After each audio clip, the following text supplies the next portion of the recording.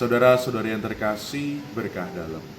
Sahabat Rema, kita berjumpa lagi dalam Renungan Misafa. Hari ini, hari Rabu, 12 Agustus 2026, kita akan merenungkan dari Injil Matius, bab 18 ayat 15 sampai 20. Tema renungan hari ini adalah berani mengusahakan relasi yang sehat. Pada hari ini Tuhan Yesus mengajarkan kepada kita bahwa ketika kita memiliki suatu masukan, suatu kritik, suatu pendapat untuk orang lain, kita diajak untuk berani mengungkapkannya secara langsung.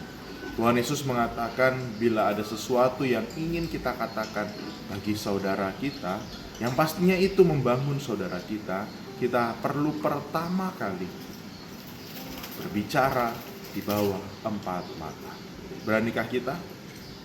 Mungkin kadang sulit, kadang kita tidak memiliki keberanian untuk mengatakan secara langsung. Kita tidak memiliki keberanian untuk dapat mengungkapkan apa yang kita pikirkan terhadap orang lain secara langsung. Malah, kalau kita tidak berani, akhirnya kita akan membicarakan hal itu kepada orang lain. Dan tentunya itu bukan sesuatu relasi yang sehat. Kita perlu pertama kali berani untuk berbicara secara langsung. Bila kita berani berbicara secara langsung, kita sama saja menghargai orang lain sebagai teman kita, sebagai saudara kita, sebagai orang yang dapat kita percayai. Dan ini menjadi sesuatu yang dapat kita lakukan untuk mengusahakan relasi yang sehat dan penuh iman.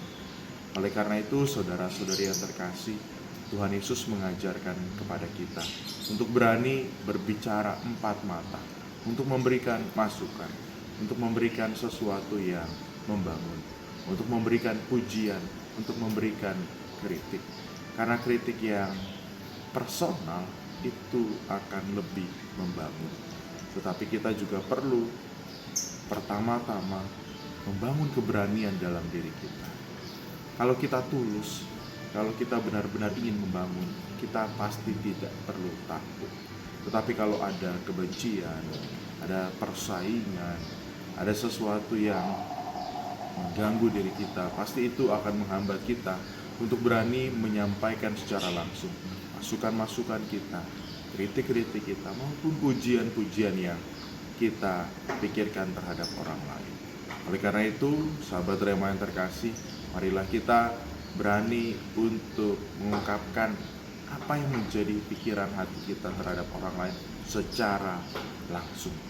Karena itu menunjukkan ketulusan hati kita. Kita menunjukkan bahwa kita benar-benar ingin membangun saudara kita. Kita benar-benar ingin agar saudara kita memiliki sesuatu yang lebih baik ke depannya. Semoga rahmat Tuhan membantu kita untuk itu. Dalam nama Bapa dan Putra dan Roh Kudus. Amin.